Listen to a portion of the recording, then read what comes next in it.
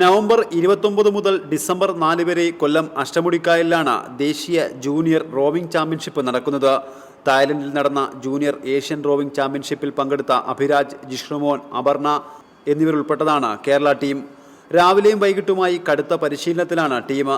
നിലവിലെ ഓവറോൾ ചാമ്പ്യന്മാരായ കേരള ടീം ഇത്തവണയും സ്ഥാനം നിലനിർത്തുമെന്നാണ് പരിശീലകരുടെ പ്രതീക്ഷ. പിന്നെ നമുക്ക് നല്ലൊരു ചാൻസാണ്. ഇതിൽ കഴിഞ്ഞ ദേശീയ ഗെയിംസിൽ നമ്മൾ 4 ഗോൾഡ് 4 സിൽവർ 1 ബ്രോൺസുമാണ് എടുത്തത്. ഇതിനു മുമ്പത്തെ ജൂനിയർ നാഷണലിൽ നമ്മളാണ് ഓവറോൾ ചാമ്പ്യന്മാർ. ഇപ്രാവശ്യം നമുക്ക് നല്ല ചാൻസ് എന്ന് പറയാൻ 3 പേര് ഇപ്പോൾ ഏഷ്യൻ ചാമ്പ്യൻഷിപ്പ് അറ്റൻഡ് ചെയ്തിട്ട് വന്ന 3 പേരുണ്ട്. അഭിരാജ്, ജിഷ്ണു, അപർണ എന്ന് പറയുന്ന 3 കുട്ടികൾ നമുക്കിപ്പോൾ ഏഷ്യൻ ചാമ്പ്യൻഷിപ്പ് അറ്റൻഡ് ചെയ്തിട്ട് വന്ന കുട്ടികളാണ്.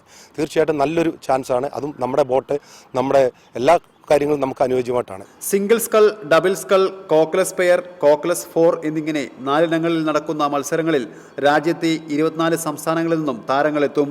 കഴിഞ്ഞ വർഷം ജാർഖണ്ഡിലായിരുന്നു മത്സരം.